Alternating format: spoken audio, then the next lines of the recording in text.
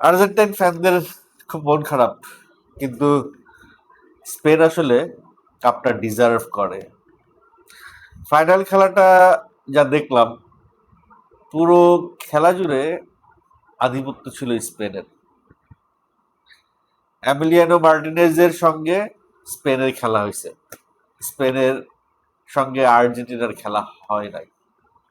কারণ পুরো 90 মিনিট শুধু স্পেনই খেললো, এবং গোল খাওয়ার পরে 90 মিনিট না, তারপরে এক্সট্রা 15 মিনিটও স্পেন খেললো, তারপরে গোল খাওয়ার পরে আর্জেন্টিনা খেললো।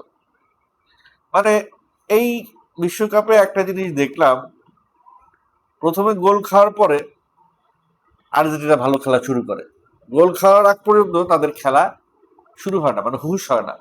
বাংলা সিনেমায় আগে ভিলেন আগে হিরোকে একটা মাইন্ড দিত, তারপরে যাই হিরো মারত, এরকম একটা মেলো ড্রামা তৈরি হইতো।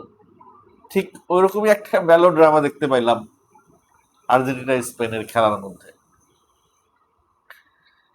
মেসি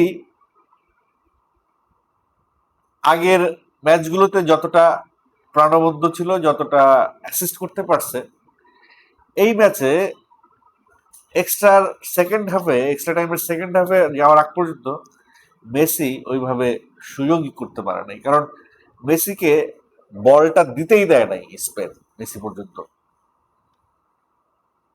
আরো একটা বিষয় যেটা আর্জেন্টিনা আমার মনে হয় তারা চেষ্টা করছে, যেটা সেটা হচ্ছে তারা খেলাটাকে ট্রাইব্রেকারে নিয়ে যাওয়ার চেষ্টা করছে। মানে আর্জেন্টিনা বুঝতে পারছে যে তাদের ওই সামর্থ্যটা নাই, যে সামর্থ্যটা স্পেনের আছে। তো খেলাটা যদি ট্রাইব্রেকারে নিয়ে যাওয়া যায়, তাহলে খেলাটা হবে দুই গোলকিপারের সাথে, তখন খেলাটা অনেকটা আর্জেন্টিনার পক্ষে যাবে। হয়তো এরকম একটা চিন্তা ভাবনা তাদের ছিল। নাইলে প্রথম থেকে এক মানে first half, second half, extra first half পর্যন্ত আর্জেন্টিনা ওইভাবে আক্রমণাত্মক খেলা খেলেই নাই, তারা গোল দেওয়ার চেষ্টাই করে নাই। তার উপরে একটা লাল কার্ড, মানে আর্জেন্টিনা কিন্তু কয়েকবার কয়েকটা ফাউল করার চেষ্টা করছে, হলুদ কার্ডও খাইছে। এই যে ফাউল করার চেষ্টা করা এবং হলুদ কার্ড খাওয়া, এটা কিন্তু পেছনের একটা পরিকল্পনা আছে। পেছনের পরিকল্পনা হলো খেলায় ছন্দটাকে নষ্ট করা। স্পেনের খেলায় একটা ছন্দ আছে, সেই ছন্দটাকে নষ্ট করে দেওয়া ছিল টার্গেট। ছন্দটা নষ্ট করে দিলেই তারা আক্রমণটা করত। তো ওই যে একটা আই উড সে এটা একটা ব্যাড পলিটিক্স। ফাউল করে ছন্দ নষ্ট না করে যদি ভালো খেলে আক্রমণ করতে বারবার, আমার মনে হয় ওইটাই বেস্ট পলিসি হতো, যেটা স্পেনের ছিল। এমিলিও মার্টিনেজ এতগুলো গোল সেভ করছে, এতগুলো গোল সেভ করছে, গোল্ডেন গ্লাভসটা আমার কাছে মনে হয় মার্টিনেজকে দিলেই ভালো হতো। মানে এই বিশ্বকাপে অ্যাটলিস্ট এমিলিও মার্টিনেজ না থাকলে 10 গোল খাইতো আর্জেন্টিনা, এরকম একটা আবহ তৈরি হয়ে গিয়েছিল।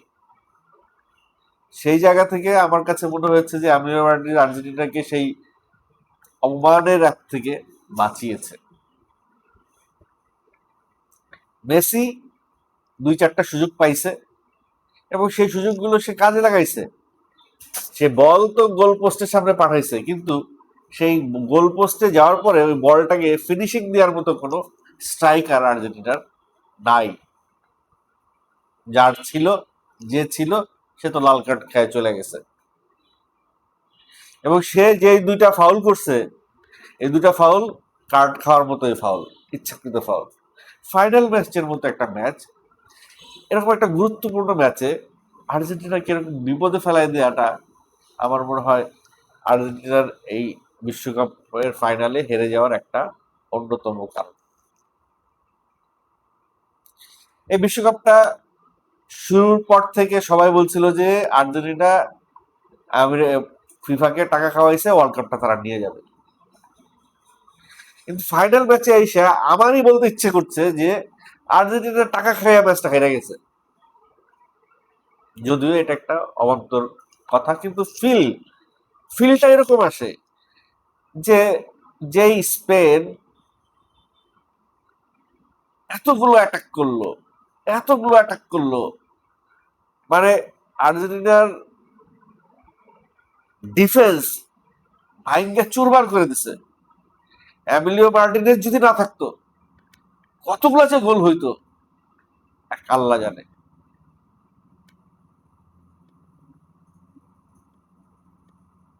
স্পেনের কাছে যদি একটা মেসি থাকতো, বা স্পেনের কাছে যদি একটা এমবাপ্পে থাকতো, বা স্পেনের কাছে যদি একটা রোনালদো থাকতো, বা স্পেনের কাছে যদি একটা হল্যান্ড থাকতো, তাইলে আজকে স্পেন আর্জেন্টিনাকে আসলেই গোটা দশেক গোল দিয়ে ফেলতো। স্পেনের তো অনেক ভালো খেলোয়াড় আছে, কিন্তু ফিনিশার ফাইনালি মানে গোলটা করে দেওয়ার মতো খেলোয়াড়, যে বলগুলো তারা শর্ট দিছে গোল পোস্টে, সেই বলগুলার স্ট্রেংথ ছিল না অত। একেবারে অ্যাকুরেট জায়গায় গেছে, অ্যাকুরেট জায়গায় শর্ট হয়েছে, কিন্তু শর্টগুলো সামহাও আমার কাছে মনে হয়েছে 10-8 পাবে, 10-10 পাওয়ার মতো শর্ট ছিল না। কিন্তু এই শর্টগুলো দেওয়ার সুযোগটা পাইছে কিভাবে? আর্জেন্টিনার ডিফেন্স দুর্বল ছিল বলেই এই সুযোগগুলো পাইছে। আর্জেন্টিনার ডিফেন্সকে এত সুন্দর করে ডস খাওয়াইছে স্পেন, মানে স্পেনের কাছে আমি একটা জিনিস দেখলাম, বল তারা পায়ে রাখে না, বল পাওয়ার সাথে সাথেই পাস, মানে এমন ভাবে বলটা আসার সঙ্গে সঙ্গে আরেকজনের কাছে চলে যায়, যে ওই যে একটা গতি ছিল আর্জেন্টিনার ডিফেন্সের ওই বলটাকে সেভ করতে যাওয়ার জন্য, এবং ঘুরে যে আরেকজনের কাছে গেছে, তার কাছে যাবে, এই যে খেলার যে ডিফেন্সের যে ছন্দপতন, এই ছন্দপতনের টাইমটাই স্পেন বারবার কাজে লাগাইছে, বারবার পোস্টে হিট করছে। মেসির জন্য খারাপ লাগছে, কিন্তু আর্জেন্টিনা হেরেছে এই জন্য খারাপ লাগে না। আমি একজন আর্জেন্টাইন সমর্থক হয়ে বলছি, আর্জেন্টিনা হেরেছে এই জন্য খারাপ লাগে না, কারণ আর্জেন্টিনা সেই খেলাটাই খেলে নাই, তারা জেতার জন্যই খেলে নাই। তারা স্পেনের পোস্টে ওইভাবে আক্রমণই করা নাই। আজকে যে রেফারি ছিল আর্জেন্টিনার এবং স্পেনের ম্যাচে, এই রেফারি অতীতের রেকর্ড হচ্ছে যতবার তারা আর্জেন্টিনার সঙ্গে এসে রেফারি হয়েছে ততবার আর্জেন্টিনা হেরেছে। এটা নিয়ে আমি এর আগে একটা পোস্ট দিয়েছিলাম। এইটাই যে এইবারও সত্য হয়ে যাবে, হু নোজ, কে জানে। আরো একটা বিষয় আমার কাছে খুব স্পেসিফিকলি চোখে লাগছে এই ম্যাচে, সেটা হলো গিয়া যে আর্জেন্টিনা এবং স্পেনের মধ্যে বয়সের একটা পার্থক্য আছে। স্পেনের ম্যাক্সিমাম প্লেয়ার আর্জেন্টিনার ম্যাক্সিমাম প্লেয়ারের চাইতে ইয়াং অ্যান্ড এনার্জেটিক। তারা যেভাবে দৌড়াইতে পারছে সেইভাবে আর্জেন্টিনার প্লেয়াররা দৌড়াইতে পারে নাই। সেটা যত দম লাগে, বয়স যত বাড়ে দম তত কমে। সো ফাইনালি বয়স একটা ফ্যাক্ট হয়ে দাঁড়াইছে, কারণ তারা আক্রমণ করে এসে আবার যায়, আবার আক্রমণ করে, আবার যায়, আবার আক্রমণ করে, এই যে সারা মাঠে যে তারা দৌড়াইছে, এই যে স্টেমিনা এনার্জি, এই স্টেমিনা আমার এনার্জি আর্জেন্টিনার টিমের নাই। এটা আর্জেন্টিনার কোচ জানে বলেই তারা চেষ্টা করেছিল খেলাটাকে ট্রাইব্রেকারে নিয়ে যাওয়ার জন্য, কিন্তু এটা একটা আত্মঘাতী প্ল্যান ছিল। ট্রাইব্রেকারে নিয়ে যাওয়া মানে প্রথম 90 মিনিট, তারপরে 30 মিনিট, 120 মিনিট গোল শূন্য থাকা বা সমতায় থাকা। তারপরেও স্পেনের 2টা গোল মানে বাদ করে দেওয়া হয়েছে, এই 2টা গোল হইলে আরো কষ্টে ভাসত আর্জেন্টিনার দর্শক। সঙ্গত কারণে গোল 2টা অফসাইড এবং ফাউল কারণে গোল 2টা বাদ দেওয়া হয়েছে, বাট খেলেছে কিন্তু স্পেন। আর্জেন্টিনার খেলাটা আমি দেখি নাই।